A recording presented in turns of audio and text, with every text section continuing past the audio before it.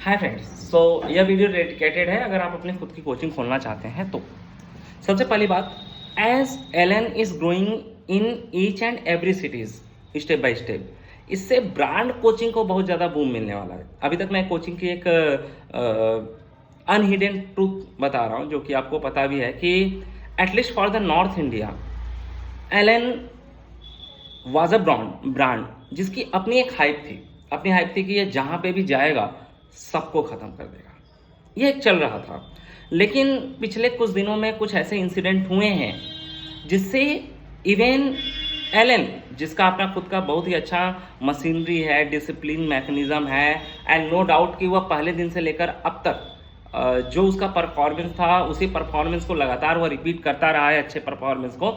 लेकिन फिर भी उसकी क्रेडिबिलिटी पेरेंट्स के नज़र में एंड टीचर एज वेल के नज़र में एक कहीं ना कहीं डाउट सिनेरियो आया है। जैसे अब मैं अगर टीचरों से बात करता हूँ, सर एलन फलाना जगह मेरे एचआर से कनेक्शन है और वहाँ पे जाओगे क्या, मैं इतना पैसा लूँगा वहाँ पे 2 महीने का या 1 महीने का। वो बोलता है यार एलन और बाकी कोचिंग लगभग अब सेम हो चुकी है, तो मैं क्यों ज़्यादा पे करूँ, ऐसा कर तू मुझे ज़्यादा पैकेज बता, तू मुझे एलन और आकाश मत बता।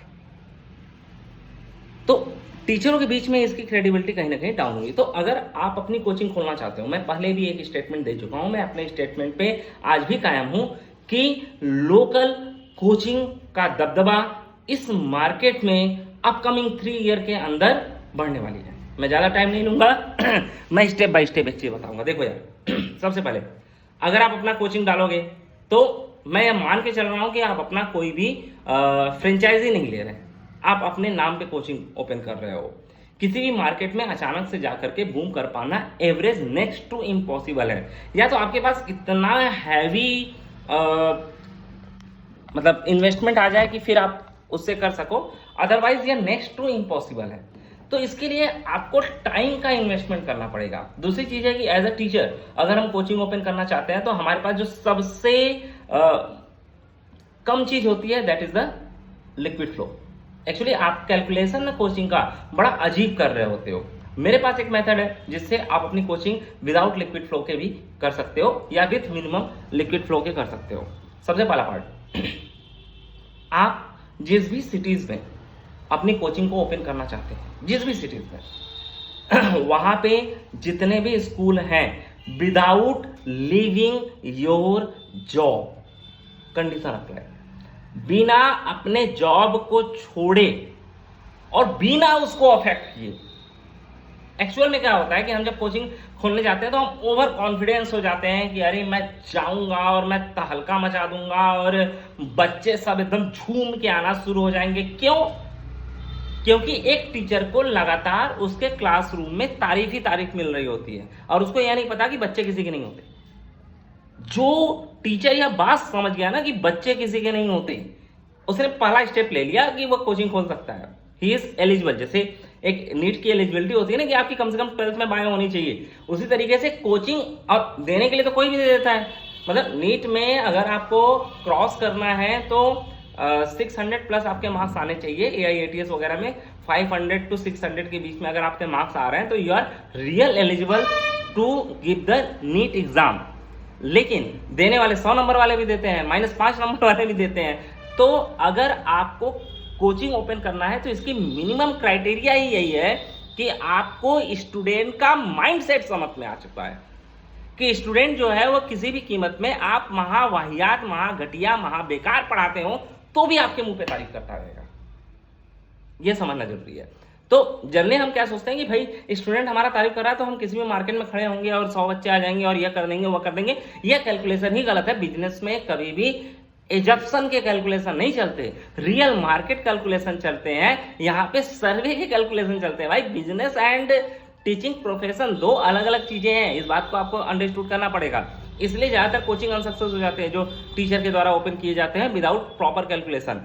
सो अगर आप किसी भी कोचिंग को ओपन करना चाहते हैं किसी भी सिटीज में, तो आइदर आपके पास बहुत ज्यादा चंक अमाउंट ऑफ पेमेंट हो, बहुत ज्यादा पेमेंट पड़ा हो, आपके पास लिक्विड फ्लो पड़ा हुआ हो, या फिर आपको 3 साल पहले प्लानिंग करनी पड़ेगी। मेरी बात याद रखिएगा और इस कमेंट में कीजिएगा अगर किसी ने इसके अलावा भी किसी मेथड से सक्सेस पा लिया हो, कि आपको किसी भी मार्केट में जाने के लिए 3 साल की मिनिमम रिक्वायरमेंट लगती ही लगती है। मैं अभी इस वीडियो में यही डिस्कशन करने वाला हूं कि बिना अपने जॉब को लीव आउट किए आप स्टेप बाय स्टेप बिना एक भी रुपए लगाए 3 साल की प्रेजेंस किस तरीके से दिखा दोगे। एक मैं अपने से एग्जांपल लेके देता हूं कि अगर आज के डेट में IIT JEE नीट सेक्टर में मेरे टीम का कॉल जाता है तो एटलीस्ट टीचर एक प्रॉपर रिप्लाई करता है कि ठीक है मैं CV भेजूंगा या मैं CV नहीं भेजूंगा या मैं अप्लाई करूंगा मैं अप्लाई नहीं करूंगा। उसको पता होता है कि अच्छा अभिषेक दुबे नामक कोई प्राणी है जो IIT JEE नीट कंसल्टेंसी चलाता है, पहले PK नाम से चलाता था, अब कामसेतु नाम से चलाता है। वो कामसेतु को जानता हो या ना जानता हो, वो PK नाम जरूर जानता होगा या अभिषेक दुबे नाम जानता होगा।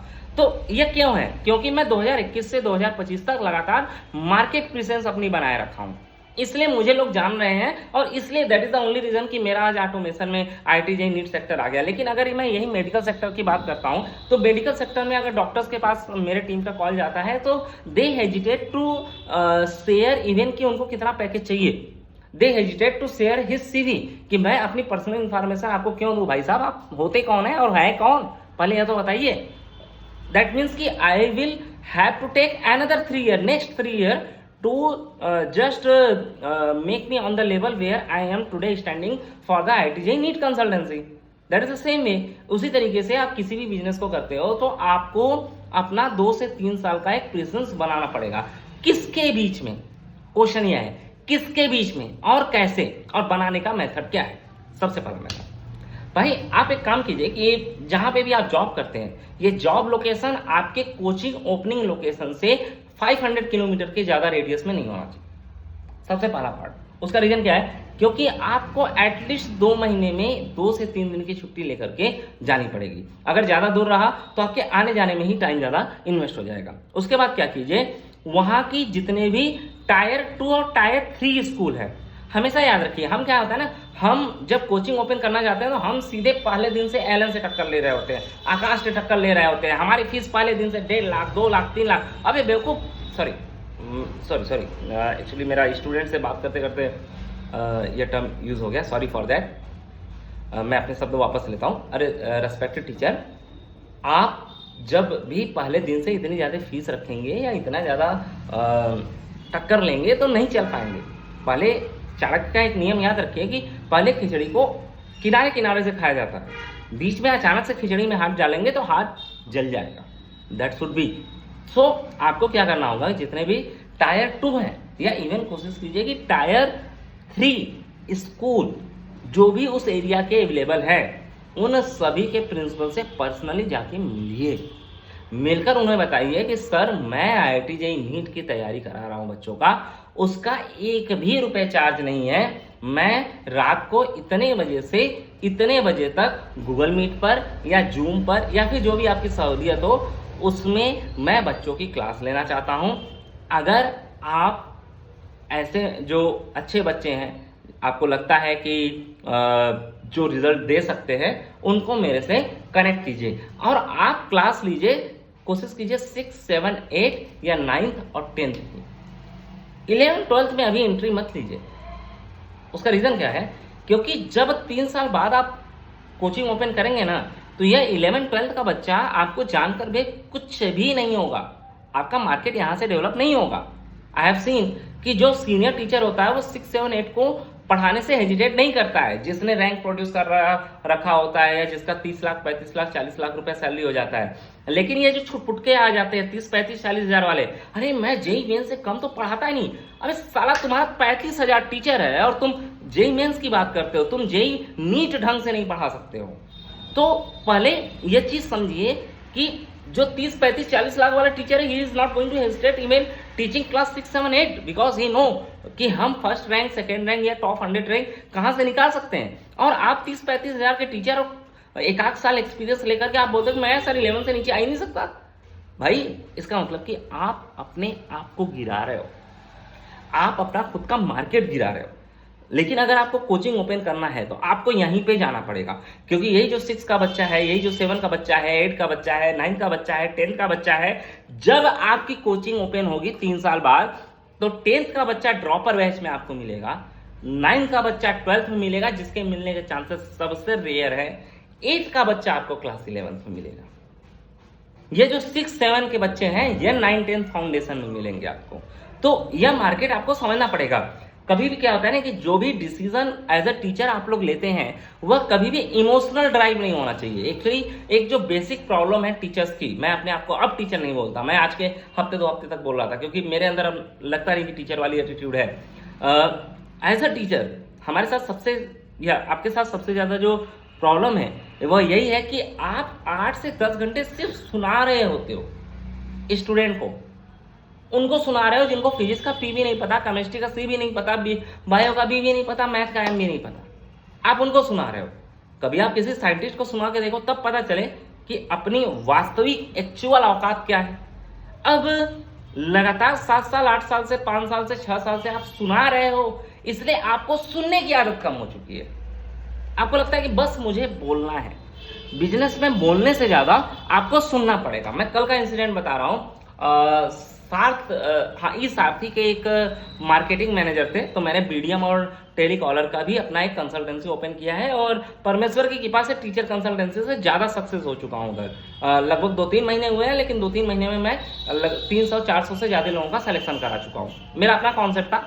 अब मैं उनसे जब बात कर रहा था, अब मेरी सिनेरियो क्या थी कि मैं मार्केट में आया, अचानक से मुझे टीचिंग में भी एक बड़ा ही जंप मिला था, सक्सेस मिल गया था लग बाई चांस, क्योंकि मैं पहली स्टार्टिंग सैलरी मेरी 50,000 थी, लास्ट सैलरी मेरी 18-20 तक हो गई थी 3-4 साल के अंदर। उसके बाद फिर कंसल्टेंसी में आया, कंसल्टेंसी में भी अचानक से मुझे सक्सेस मिल गया। मुझे पता ही नहीं चला कि मुझे सक्सेस मिल कहाँ से रहा है। हो सकता है मेरा समय साथ दे रहा था या कुछ भी दे रहा था। तो यहाँ पे भी मुझे 50 से 80 लाख रुपए का रिवेन्यू जनरेट करने में 2-3 साल ही लगे थे। और अब बीडीएम में मैं आया, तो क्या है कि इस पूरे बीच में मैंने किसी भी मार्केटिंग पर्सन के से सुना नहीं था। मैंने स्वयं मार्केटिंग किया था, अपना माइंडसेट मैंने यूज किया था। तो जब मैं उनसे बात कर रहा था तो मुझे पता चला कि यार बहुत सारी चीजें जो हैं वो मैं मिस कर चुका हूँ। मिस इन द सेंस कि मुझे पता ही नहीं कि अच्छा बीडीएम का यह भी काम होता है, मुझे पता ही नहीं कि टेलीकॉलर का यह भी काम होता है, ऐसे भी काम करते हैं बीडीएम, ऐसे भी काम करते हैं बीडीएम को इस तरीके से भी रिप्लाई करना होता है। मैं 30 से 40 मिनट सिर्फ उनको सुना हूँ, रिकॉर्डिंग करके सुना हूँ और रात को फिर उस रिकॉर्डिंग के नोट्स बनाया हूँ। प्रॉपर हमें भी नोट्स बनाने होते हैं, सिर्फ टीचर ही नोट्स नहीं बनाते।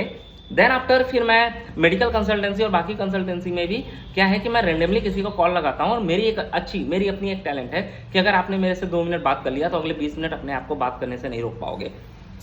मेरी जो ये 20 मिनट 25 मिनट 2 मिनट का मैं अपना टैलेंट दिखा के उनसे जो 20 मिनट 25 मिनट 30 मिनट बिना कोई फीस दिए ले रहा होता हूँ, मैं उनसे 10 साल का निचोड़ ले लेता हूँ पूरे। एज ए टीचर आपको भी ये चीज सुनना पड़ेगा, आपको बीडीएम को कॉल करना पड़ेगा, आपको टेलीकॉलर को कॉल करना पड़ेगा, आपको यह जो मार्केट के एक्सपर्ट है उनको कॉल करके चीजें सुननी पड़ेगी। तो सबसे पहला मैंने स्टेप बताया कि 6, 7, 8, 9, 10 इन क्लासेस में आपको अपना फ्री क्लासेस लेनी है 3 साल तक लगातार बिना रुके। या तो आप पैसे का इन्वेस्टमेंट करोगे या फिर आप टाइम का इन्वेस्टमेंट करोगे। मेरे साइड से भाई टाइम का इन्वेस्टमेंट करो, ये ज़्यादा फ्रूटफुल होगा। आप जिस दिन बैठोगे उसी दिन 100 बच्चे लेकर के बैठोगे। इसके बाद जब भी हाफ ईयरली के और एनुअल के रिजल्ट आते हैं, वहाँ पर आप उस स्कूल में पर्सनली जाओ। जाने के बाद अपने अब यहाँ पे आपकी इन्वेस्टमेंट की रिक्वायरमेंट होगी। इन्वेस्टमेंट क्या करो, एक तो बुकलेट टाइप का बनाओ जिसमें आप फार्मूलाज वगैरह लिखे रहो। दूसरी चीज़ है कि वहाँ पे जो फर्स्ट सेकेंड थर्ड टॉपर है उसको प्रॉपर प्राइस डिस्ट्रीब्यूशन अपने हाथ से करो। और स्कूलों में गलती से भी यह मत करना कि तुम कभी कोचिंग ओपन करने वाले हो। आपको सिर्फ एक बात करनी है कि मैं एक एनजीओ चलाता हूं, मैं एक एनजीओ रन करता हूं, हमारे एनजीओ के हिसाब से हम बच्चों को फ्री एजुकेशन दे रहे हैं ऑनलाइन, उसमें 1 रुपये भी चार्ज नहीं है। जो भी बच्चा बैठना चाहता है वह बैठ सकता है। वीकली आता है बच्चा, वीकली आने दो, डेली आता है बच्चा, डेली आने दो, 10 दिन पे आता है बच्चा, 10 दिन पे आने दो। उनसे पर्सनली 1 घंटे बात करो एक बच्चे से कि बच्चा किसी को कोई दिक्कत है, क्योंकि ज्यादातर बच्चे आपसे टाइम टेबल से रिलेटेड, सिलेबस से रिलेटेड, एग्जाम में कैसे तैयारी करें, इस टाइप की बातें करने के लिए बच्चे ईगर होते हैं। उनको जिनको नहीं पढ़ना है वह भी ईगर होते हैं। तो आप उनसे बात करो, उनके थ्रू उनके गार्जियन से भी बात करो कि हाँ बेटा, लेकिन यह करने में आपको कम से कम 4-5 महीने 6 महीने लगेगा इस लेवल पे पहुंचने में। इससे क्या होगा कि आपका जो अटैचमेंट है वो बच्चों के साथ एक अच्छा बैठ जाएगा। जिस दिन आप कोचिंग ओपन करोगे आपके साथ ये बच्चे स्टैंड होंगे, एटलीस्ट आपके क्लासेस में आएंगे कि हाँ सर पढ़ा रहे हैं, अच्छा पढ़ाते होंगे, मैंने इनसे पढ़ा है, मैं जाऊंगा सर से नीट जेईई करूंगा। बीच बीच में बच्चों को भौकाल देते रहो कि बेटा मैं एक्स ब्रांड में पढ़ा रहा हूँ, मेरा यह बच्चा टॉप किया, मेरा वह बच्चा नीट में आया, मेरा वह बच्चा, झूठ है ही सही लेकिन बोलना है। मार्केटिंग इज नॉट अबाउट कि हाउ मच ट्रूथ यू से, marketing is all about how much true you can hide. बहुत सारे सच कहने हैं, सच के साथ बहुत सारे झूठ भी कहने हैं, तब जाके ही क्या है कि बच्चों में तुरंत हाइस्ट बनाना होगा। मैं आपको बता रहा हूँ, मैंने भी किया है ये गलती क्या किया है, मैं इसको गलती नहीं मानता कि 2016 में मेरे फादर एक्सपायर किए and I was a brilliant student of my class. मैं क्लास 12 तक मेरे अच्छे खासे परसेंटेज रहे हैं, जितना आप सोच सकते हो उससे अच्छे परसेंटेज रहे। 10th में मैं 95-96% लेकर आया हूँ। जब मेरे फादर एक्सपायर किए और मैं मेडिकल कॉलेज में था, मेडिकल कॉलेज से बाहर निकला और मुझे जॉब की रिक्वायरमेंट थी, आई हैव टू से कि मैं MBBS पास हूँ, मुझे ये कहना पड़ा था। और जिस दिन मैं स्टेबल हुआ, मैंने उन्हीं क्लासेस में जाके कहा कि मैं ओनली 12th पास हूँ। शुरुआत के टाइम में बिना भौकाल दिए आपको मौका ही नहीं मिलेगा। एक बार मौका मिल गया, उसके बाद लोगों को फर्क नहीं पड़ता है कि आप 12th पास थे या फिर MBBS पास थे। So marketing is not about telling truth और telling lie, marketing is all about hiding truth, maximum truth what can impact your culture, आपके जो कल्चर को इम्पैक्ट कर सकता है। ओके, सेकेंड पार्ट, आपको एटलीस्ट हर 2-3 महीने में एक सेमिनार लेना है, फ्री काउंसलिंग सेमिनार।